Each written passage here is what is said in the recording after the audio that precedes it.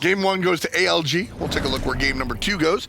Any changes in picks and bans that you'd like to see from either team? Well, with them switching sides, it's going to make things a little bit more interesting now, because I have seen Noble in the past willing to leave Toth up.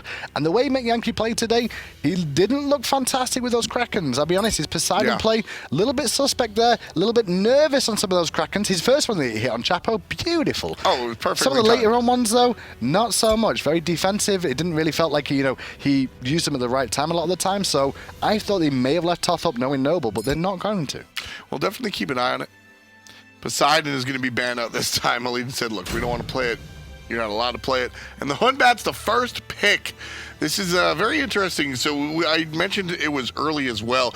I like to see Hunbats, or I see Hunbats as a counter play usually. When the enemy has an all-in type of composition, that's usually when you see the Hunbats. Well, the thing with Hunbats as well is when you actually look about his matchups at who he's against in the jungle, there's nothing that really screams to you, he is terrible against this. Sure. So he's a very good all-rounder of like a safe-ish pick of the jungle, going to bring the utility you want for the team, but at the same time, there's nothing that you're going to see the enemy go, oh, either pick that, bang, we're going to do this. You can see that with Poseidon, though. When Poseidon gets locked in, there's definitely composition that can be ran against that to deal with him very effectively. I mean, even sticking in the jungle, looking at some of the popular picks right now, Bastet excels fantastically against characters like Thanatos, and then you have the Serqet that works fantastically against healers. So, yeah, I like where you're coming from. Just Hunbats doesn't really have a bad match.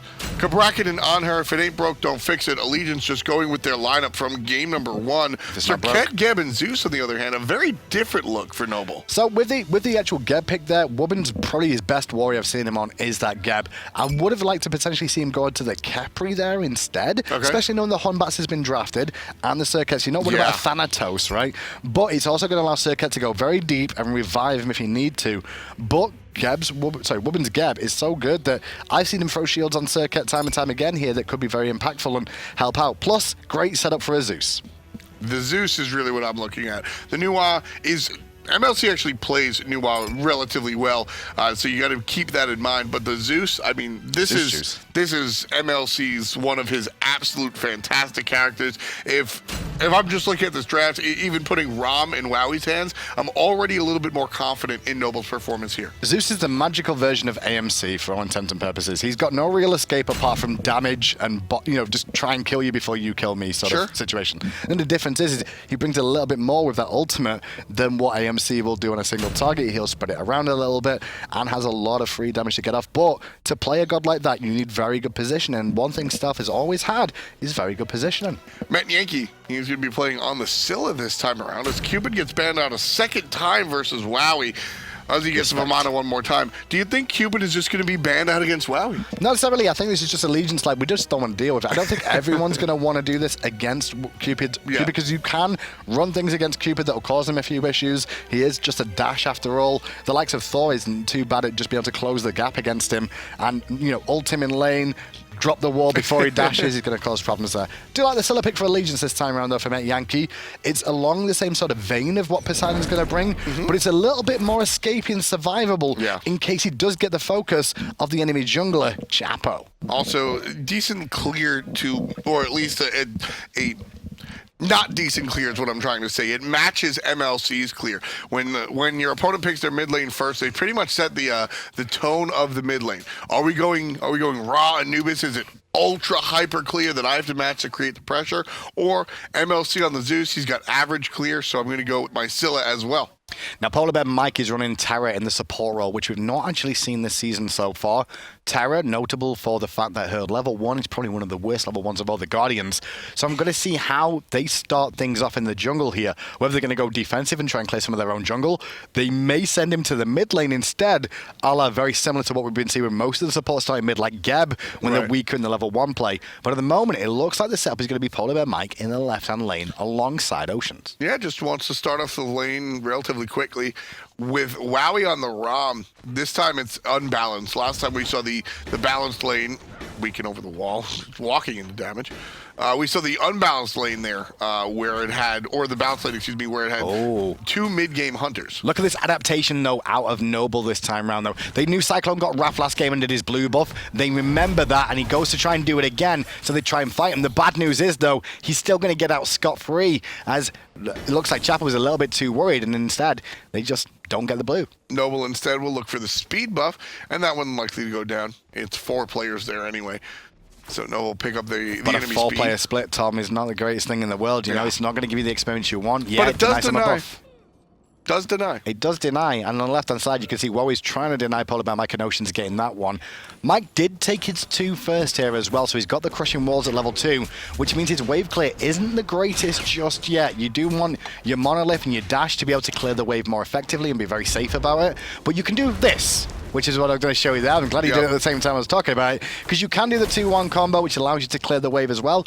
It's not as effective or as safer, safe as the dash through the monolith, but it'll be effective enough for now in a 2v1 anyway. Definitely something to watch. I won't say keep an eye on it.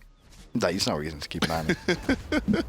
No, I've just said it like 30 times today. I say it all the time as well. That's why. That's the worst thing when you commentate with the same people over and over again. You always say the same lines. This is just the stuff after the stuff. Aggro his forehead. You see, it just comes off the tip of my tongue without even thinking about it every single time.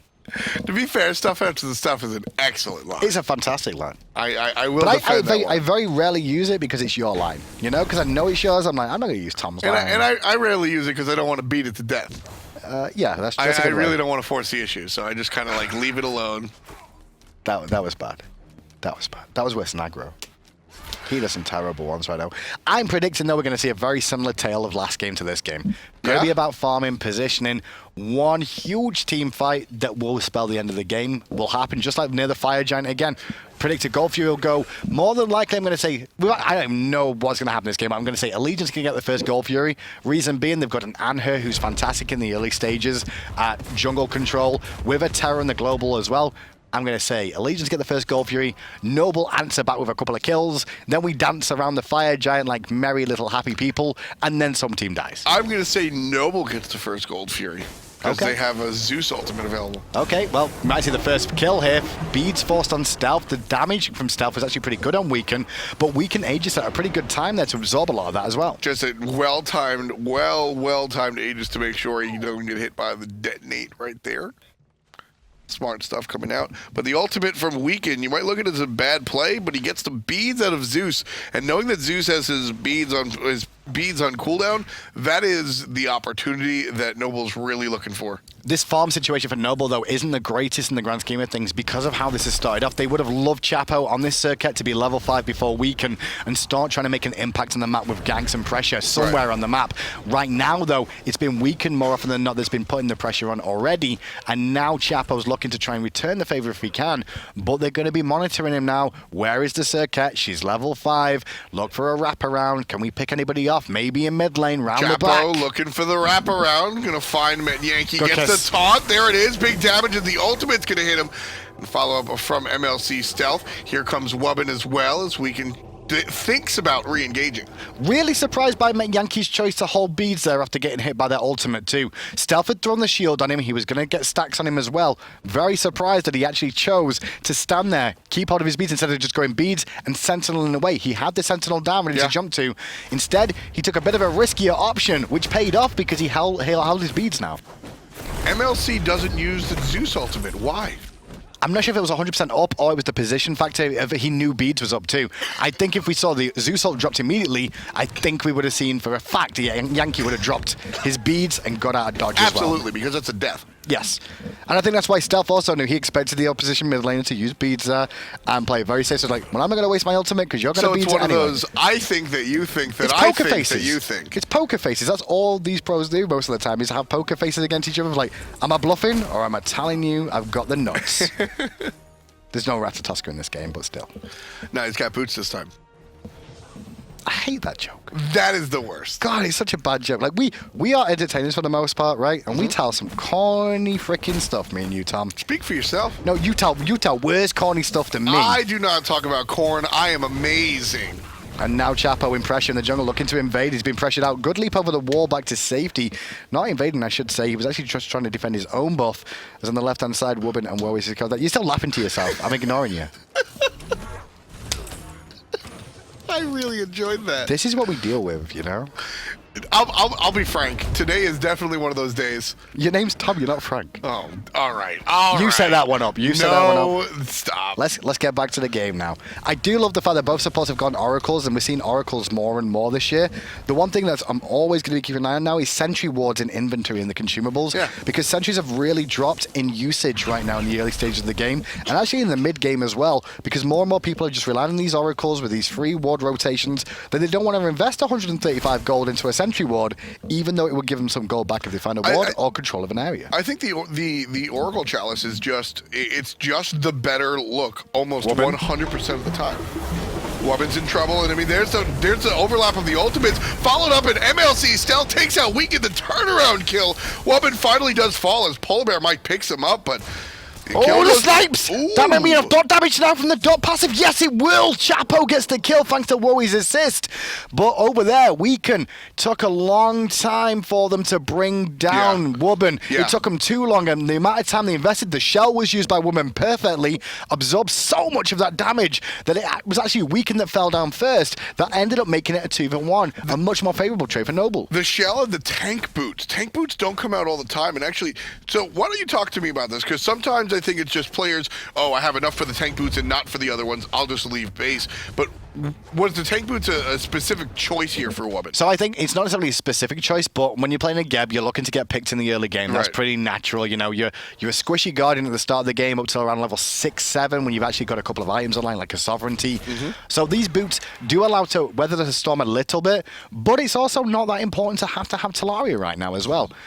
Take into account, Watcher's Gift got a lot of buffs to it in terms of sustain, which means you're staying on the map a little bit longer, which means you're absorbing more gold by being in the lane a little bit more longer, which means you don't need Talaria to sustain your gold income as well as regen, because Watchers is doing that for you. You can invest those boots elsewhere these days. So it does help out, and it's a good pickup, especially against a dot damage sort of situation that you'll see coming out from Weaken. Fatal Evil is a dot after all. It's going to stack up that passive nicely. And when it comes to, when we take a look at how that real engagement went, I mean, it was Wubbn popped the shell, he's got the tank boots, like you said, just ticking up because of the Fear No Evil. That was, I mean, Wubbn, it's interesting because he didn't do much. All he really did was hit shell, but that's exactly what he needed to do. All he had to do. The contests over these rights are interesting. I'm surprised Chapo didn't round Duchette. He is now just a little bit too late to the party. I would have loved him to jump on Metyankey immediately because Metyankey's beads are still on cooldown right now from the last engagement. Noble would be very aware of that, but they didn't choose to execute. We were a little bit worried about being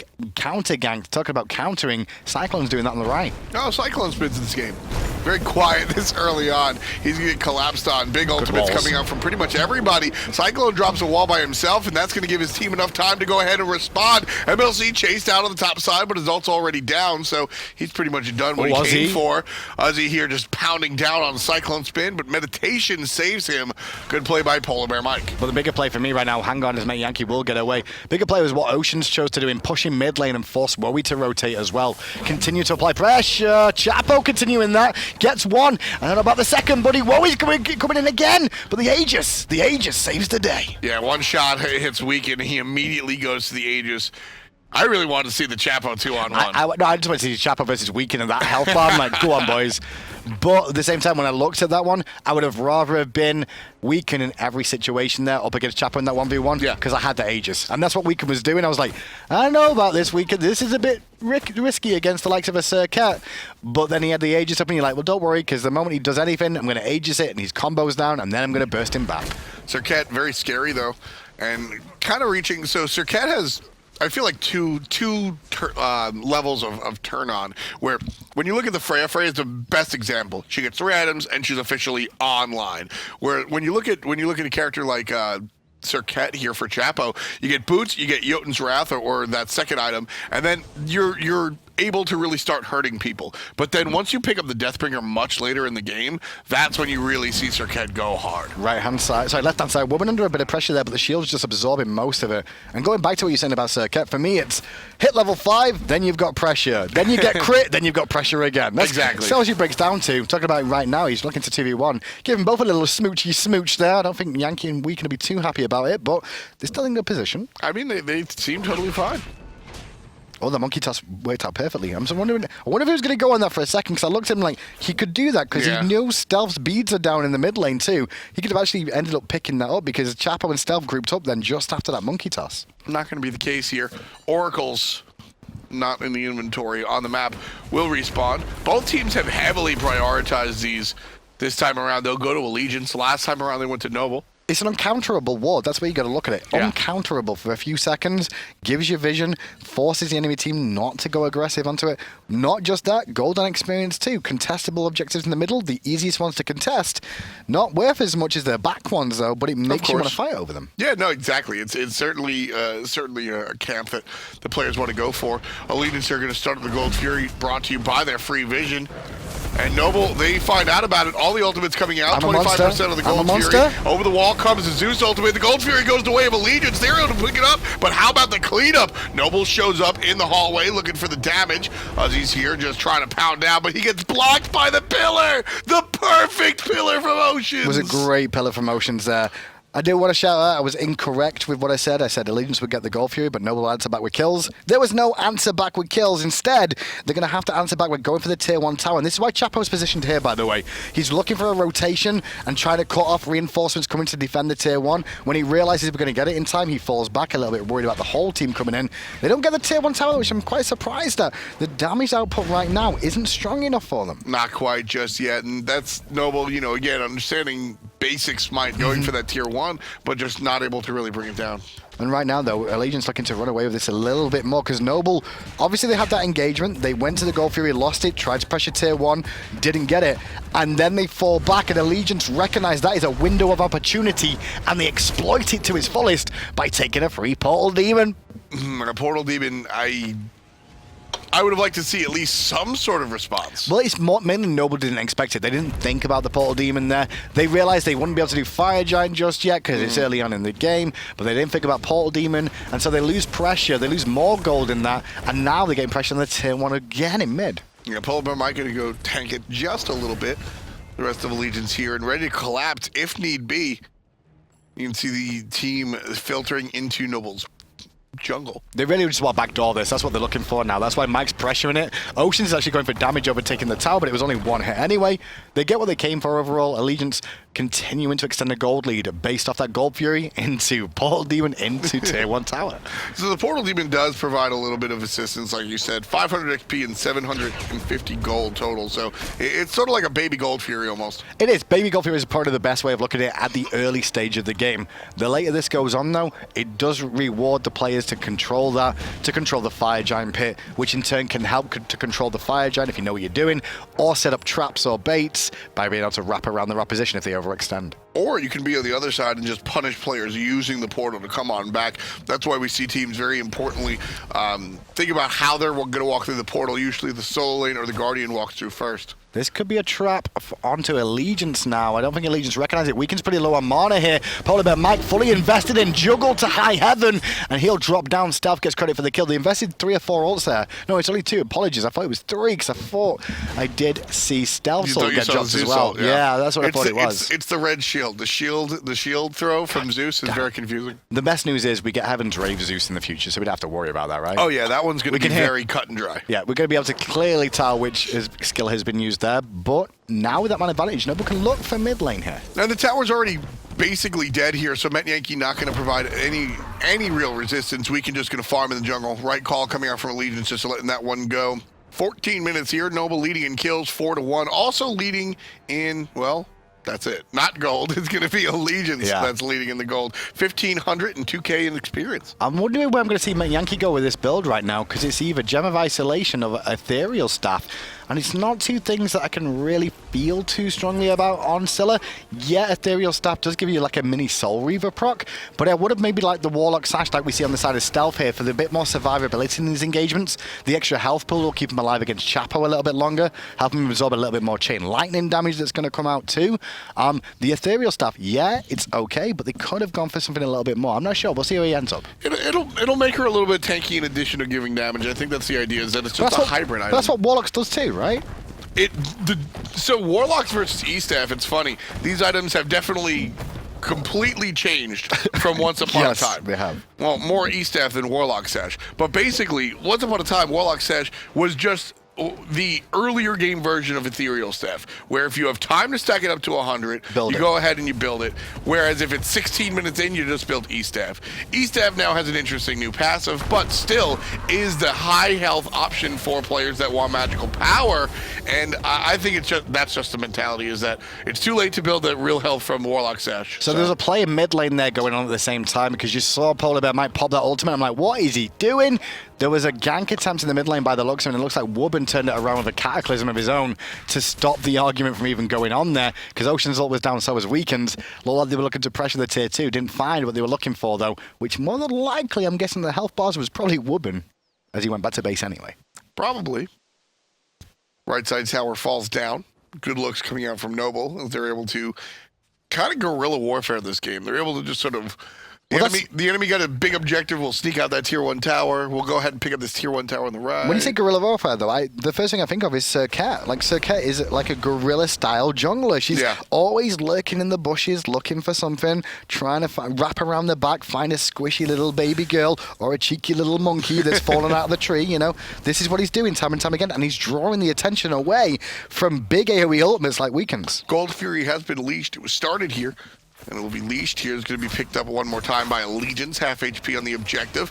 Noble right here, ready and willing to go ahead and take the fight. Chapo lurking on the left side. Oh, good shield from Wubbn there to respond. But I was about to say, I like what Uzzy did there. Just throw a little bit of poke out on Oceans, got that blue stone, just tick some damage down, force a bit of a situation. Look at these two junglers, though, just dancing backwards and forwards. One takes a step forward, the other one's back. The other one, it's like they're dancing there on that left. Damage onto Uzzy. He's half HP. The pillar almost stopped him in his tracks, but not quite. There's the ultimate and a Weakened. Fantastic response from Wubbn. Fantastic response. Stuns out the jungler and able to just immobilize him and stop that initiation. Wowy gets all 3 in a row, picks off Weakened, and that's a big issue now. 4v5 after all the ultimates invested. The only benefit here is Yankee has still got I'm a monster. MLC tosses the shield, looking for the damage. Over the top comes Chapo, finds no players with the zigzag. He gets trapped and helped out by his team as CycloneSpin comes up. Slowed down by Uzzy. Big damage coming out from the Scylla, but MLC Stealth pulls the horn and runs over Metyankey. Chain lightning, baby, that's what happens. You group up and let it bounce to you. You can have awkward situations like this. This is why, in the highest level of play, there's a lot of talk between mid laners and Hunter players, right? Mainly those two, because on the back line, when they group up together, that's when you get the biggest issues. And Zeus is one of those ones that will exploit that more than others, because he'll just make it bounce between both of you, and you both die when the horn sounds. I mentioned it during the play-by-play, but I cannot take my hat off enough to Wubbn right there. Portal Demon going to get contested, still goes the way of Noble, looking for the retreat here. Wubbn should be fine. Stealth's choice there was very smart to give him a bit of a window. Just a zoning. But right there, I need to highlight that real quick, Graham. When the Fear No Evil comes through, Wubbn responds by way of the ultimate, which we saw in Game 1 on the Sylvanas. He wants to avoid the CC by way of the ultimate. But not only does he save himself there, his 4 teammates get controlled, and because he ults to save himself, he stops and stuns the Hun Batz, forcing him to back off. Well, it's also because of the fact that Weaken went for the blink and went for the Aegis, doesn't have beads online. The whole initiation is just shut down. That initiation, I mean, well, the initiation isn't shut down. It's only shut down for Weaken, right? He can't follow up on terms of his own damage. His team still needs to back him up there. And they tried to do that. They just didn't have that monkey causing a disruption still because of a fantastic stun. Because you also have, now you just have Geb that's ready to knock up and shield his players while they're doing the Scooby-Doo dance. They're running behind him. It was just an excellent play. Very rarely do we get to see absolute highlight reel plays come from a support, and that one right there is one. What a great play. I'm so impressed. This is all down to team fights, all picks. Left-hand side, there's a pick on Oceans right now. He's already been ulted on by the looks of it by Chapo. No, he wasn't ulted by Chapo at all. No. Just a good bit of aggression coming out there with the blink usage. That's what it was. I saw him quickly move on the minimap, and I was like, that looks like a jump into an ult, not a blink.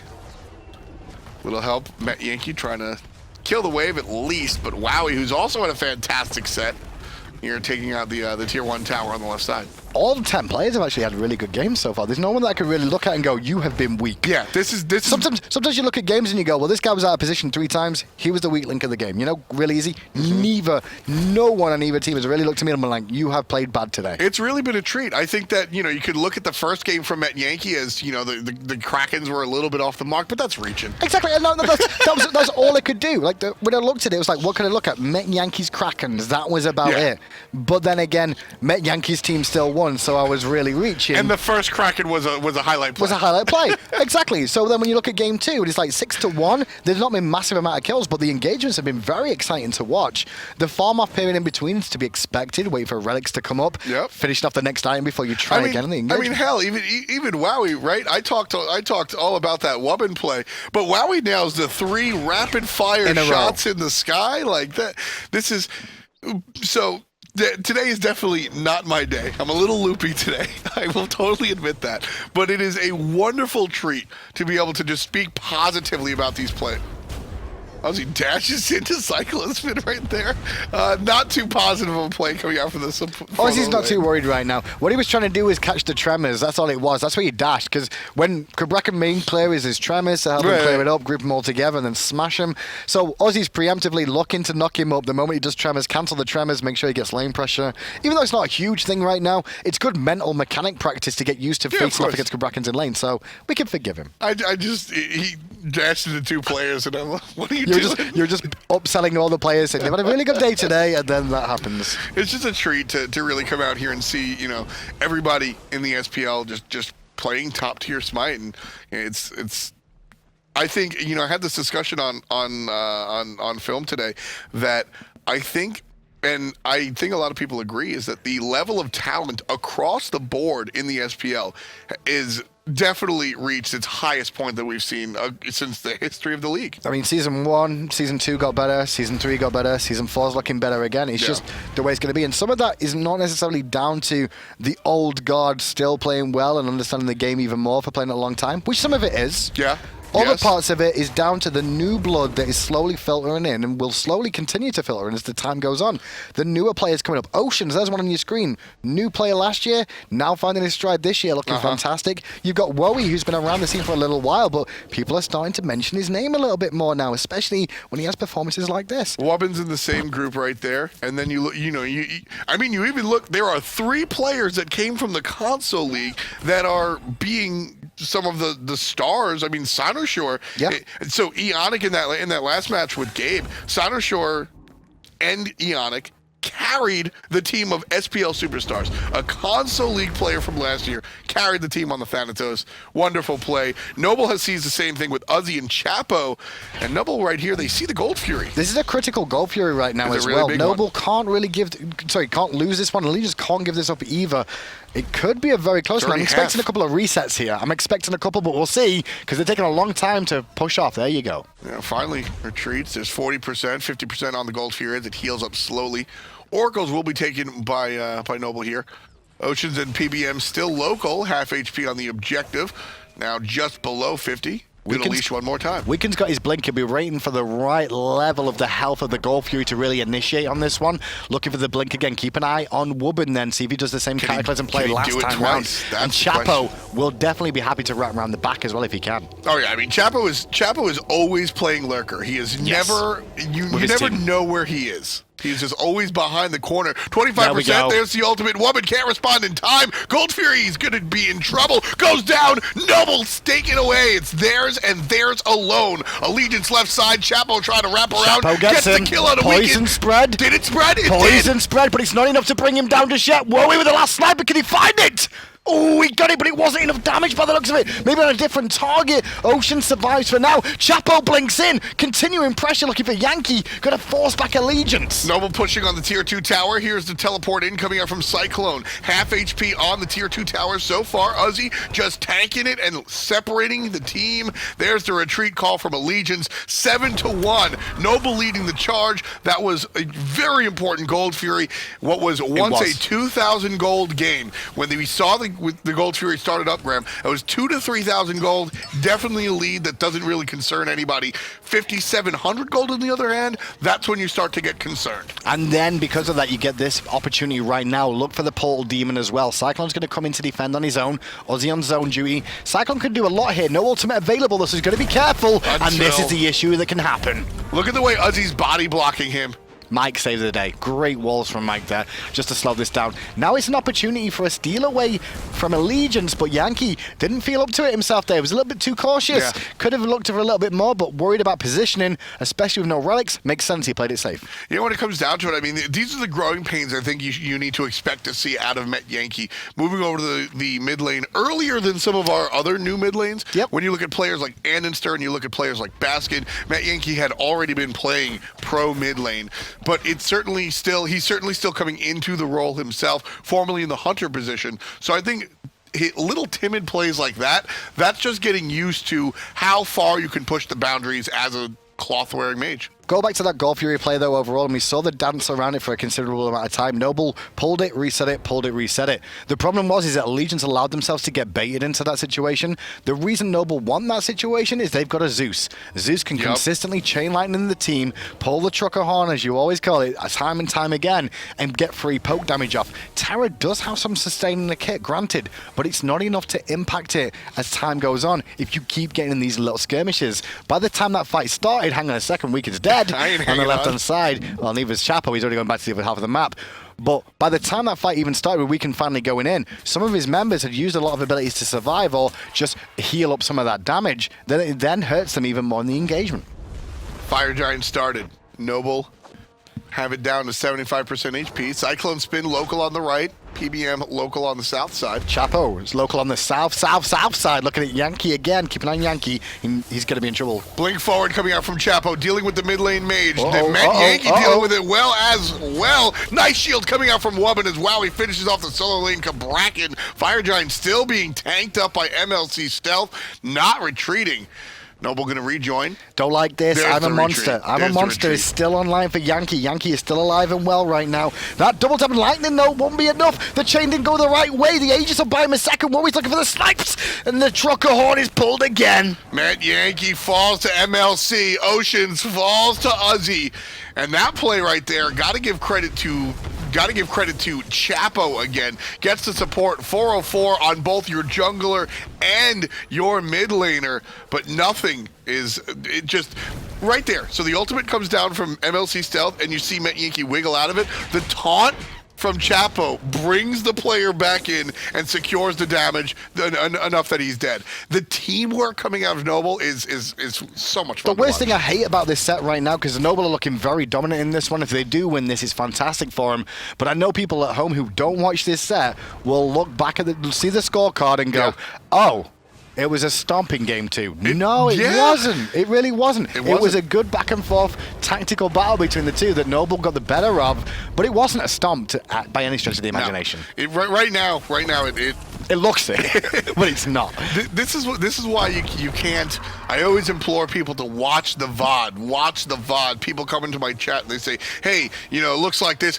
Watch the VOD, because this is a perfect example of Allegiance playing a 1-kill game, a 10-death game. You're looking at 0-4-1 on Weekend. He has had really strong initiations that, Wubbn just makes an all-star play right there. Oh, well, what are you going to do about it? Metyankey has been hunted by Chapo. He's had a couple of interesting plays. Maybe not a superstar right now, but just the way that Allegiance has responded to what Noble has been doing has been a pleasure to watch. With the Golden Experience lead right now, the experience is still a factor, especially when you look at the levels of those guys. And level 20, obviously the highest in the game that you can get to, makes an impact for that as well. Look at Zeus's player damage. That's just But that's just offensive. good. That's just good Zeus play. Like what Stealth does, Good Zeus play will always look amazing. It'll always look almost overpowered. Yeah. But then when you see a Zeus that's out of position, gets caught, doesn't have a teammate protecting him, different story. Poor Mr. Stefan yesterday. Mr. Stefan over there on the European side had a rough game, and it was He was just playing as well as he could. He had top player damage and 9 deaths because he's Zeus. And if you don't have the protection, you're just going to wind up in a bad spot. This is what happens when you have the Geb shield, you have the help from the jungler, both taunts and just pure damage. You're able to really use Zeus to this extent. Worth noting, though, number 2 on the player damage is Uzzy, the solo laner. Double that, almost double that of what his opposition has. Not being scared to just tank up for some tower shots as well. Normally at this stage of the game, I say the game is broken, the back of the game is broken, but I was going to wait until a Phoenix goes down to say that, and now it's gone down. I do think the game has been broken now. I thought there was still a chance for Allegiance to defend, but the pressure Chapo put on in mid, and the Fire Giant buff just allowed him to regen through most of that damage. I mean, with the objective, the Noble just took the Gold Fury. That puts them over the dreaded 10,000 gold mark. That's really, once you start looking at 12K, 11K, 12K, 13K, you start to say, all right, guys. The only time that doesn't matter is when you're at like 45, 50 minutes in, because everyone's doing that. Oh, yeah. And then you're all in the same situation still. But there is a frenzied ritual online right now for Cyclone, so there's still a chance for Allegiance if they recognize it. There's the ultimate out of the monkey. Uzzy is gone. CycloneSpin able to take him out, not using the frenzy just yet. Just strong defense coming out from Allegiance. Good ultimate coming out from Weekend and, well, everybody else. And that's kind of what I expected from Allegiance on the left-hand Phoenix too, but they weren't in the correct position there, I thought. What the problem was for them is I expected them to defend the Phoenix, especially with Cyclone, PolarBearMike, and Ocean specifically, for the simple reason is they have all these objectives they can put on the map to create a zone to funnel them all into and have Fear No Evil, I'm a Monster dropped onto them. They didn't do that at the left one. They did it a little bit better in the mid lane there with the Frenzied Ritual. Not even use it, They didn't use it, no. But they still just perfectly positioned that to allow them to do it. If they would have done that on the left, this game would have been a little bit of a chance of a comeback from that one moment alone. Right now, they just got to hold back, sit, wait. Noble are going to do the same thing because they need Uzzy to be able to be on that front line alongside Wubbn. Yeah, Uzzy's been making a lot of these plays happen. Like I said, quietly number 2 on the player damage. I think a lot of people expected to see everybody else there. Maybe not Geb. Maybe not Wubbn, right? But I think you might have expected, wow, he's hitting all these Rom snipes, and Serqet has gotten so many kills, and Uzzy's been relatively quiet. But what he's doing is he's hitting everybody with his cone. He's hitting everybody with the knockup. He's grabbing 3 people with the umbrella ring, slowing them down, and that's allowing the opportunity for everybody else to come in and pick up those kills. 1, 1, and 5 on the solo lane Vamana with the items that he has right there. This is what I want my Vamana doing in game. Definitely, and you can continue to do that. Be great for him as well. I'm looking at PolarBearMike's build because we saw game 1, you know, he went for the Fafnir, he took the Shield of Regrowth. Game 2, he's got a very similar build of that Shield of Regrowth into Lotus Ground and Hotwood of the Amulet.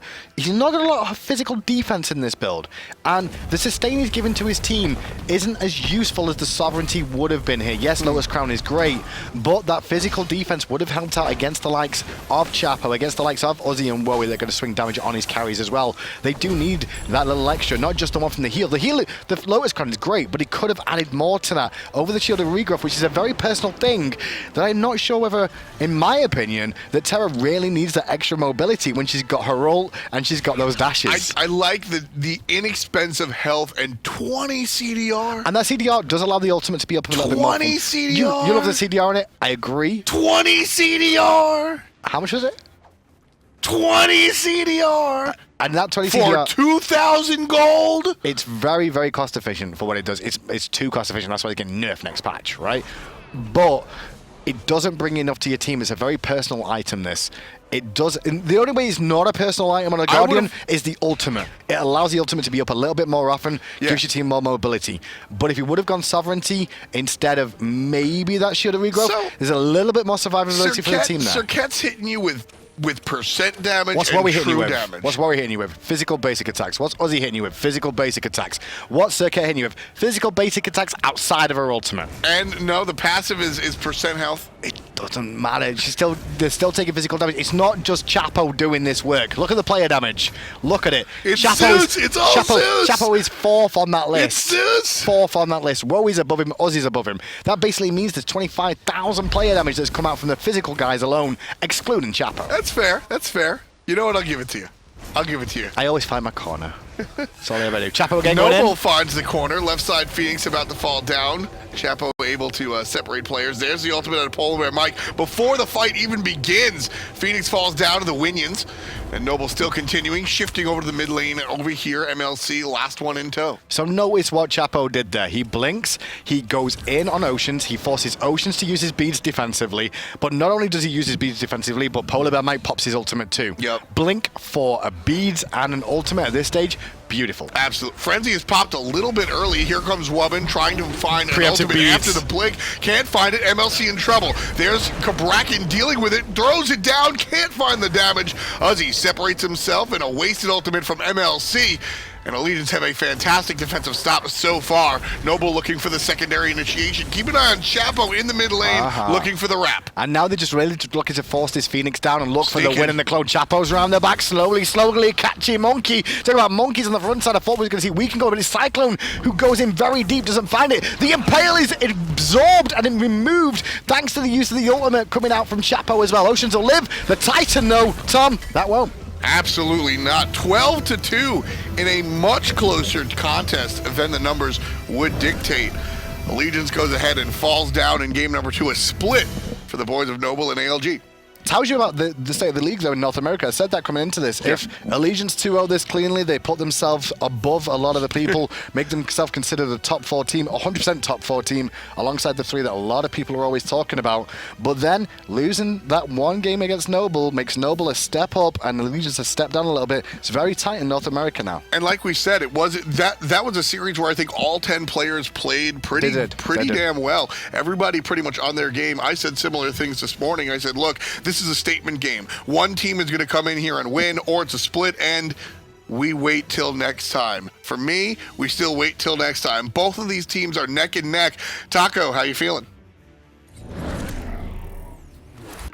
A very close set indeed, F-Dot, where we actually saw these two teams that, you know, a little bit of bad history between them, with MLC still trying to come out on top of his former teammates, but it's going to result in a split instead.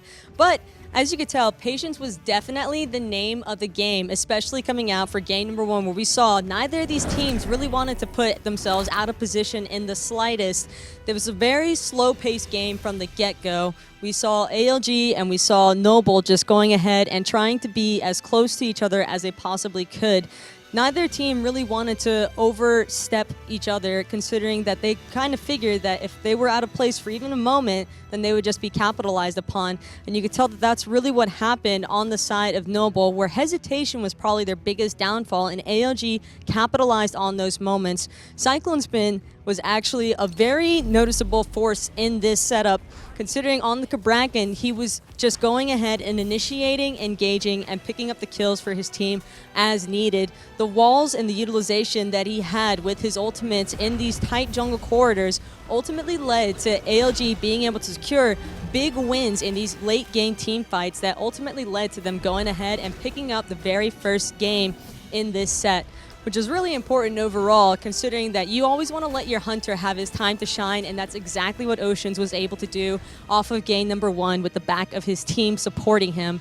So overall, pretty well safe. It was a really safe game played by both teams, but ALG definitely just found the upper hand towards the end of it, and that was a really great performance by them. But not to be unanswered, in game number 2, we saw Noble go ahead and fight back to ensure that they didn't just come out of this with a clean 2-0 sweep.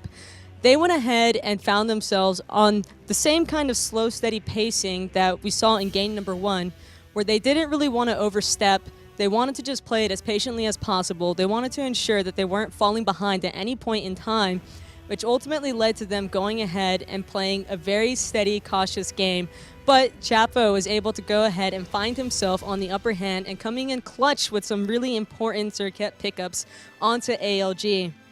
You can see as well that overall the synergy between Chapo and MLC Stealth in this last game was really effective, in that MLC was able to get off a ton of damage on the Zeus pickup, and that he was able to go ahead and secure plenty of kills onto the enemy mid laner, as well as just free casting on a Zeus is really deadly, because just like it was the downfall for Noble in game number 1 with these tight jungle corridors, the same instance happened, but this time it was in their favor, where they were able to just go ahead, initiate these fights inside the jungle, really let the Zeus have his time to free cast, and ultimately just get off as much damage as possible, and the picks were all that Noble really needed to go ahead and secure the W for themselves. Overall, it was a great set to see. And considering the fact that it was so close between the two teams, I'm sure that both of these teams were probably itching for another game. But unfortunately, we're going to have to wait until next time to see whether or not these teams are going to be able to come out on top. But for now, we do have the man of the hour from that last game, Chapo, here with us. How's it going, Chapo? Hey, what's up? I'm doing pretty good. How are you feeling after that last game? Feeling good. Doing some upsets early in the season feels good. Some upsets early in the season. What makes you think you guys didn't think that you were gonna, pick up a game? No, I mean, in my opinion, I thought we were gonna take the games, but obviously, towards the crowds and the fans, they think, we're the, I guess, the weaker team. But I feel like we're showing that, we're here to play. I mean, you guys are the Box Boys coming back over to the PC side of things, but it seems that you and Uzzy are having absolutely no issues whatsoever in keeping up with the PC opposition. So how are you feeling about that transition, by the way? Well, me and Uzzy actually play with PS4 controllers. I don't know if you guys knew that. Why are you guys laughing? That's one way to go ahead and mix things up. I mean, it does provide a different kind of edge to the competition. You want to give everybody a chance, I take it? Yeah, we just come with the extra sauce, you know what I mean? I mean, you're definitely one to come up with a lot of the sauce. Just make sure you don't get lost in it. But I'll try not to get lost in the sauce. If anything, though, I mean, you definitely are somebody who really likes these more aggressive assassin-type gods, but I saw that you were playing a little bit more passive in both of these games. What led to your decision-making on that? Well, we were playing a bit too passive. I mean, as a team, we're like feeling out the other teams, you know what I mean? This is like our first time playing against, us as Xbox players. We haven't played against these rosters ever. So we're just starting to feel out the teams, and we're starting to get a feel for it. And little by little, you can see us adapting as we, all our wins are the second game. Yeah, well, you guys definitely look like a roster to keep an eye on, considering that with each week that seems to go by, you're definitely going ahead and finding more and more of your stride. So hopefully you guys continue to work on that team synergy and develop throughout the season. But other than that, are there any particular shout-outs you want to go ahead and give today? Yeah, shout out to my team. It's awesome. It's an awesome environment to play with them. We're always laughing, and shout out to Stealth. Just fragging like 24/7. Doing like 46 billion damage, and Wubbn with shields. I love the shield. Thank you very much, baby girl. You love the shields indeed, I'm sure, because, I mean, it lets you do what you want to do. It lets MLC go ahead and keep fragging. So congratulations to Noble for finding a split today, which could potentially be a possible upset for those of you who went ahead and put in your votes on that season ticket. But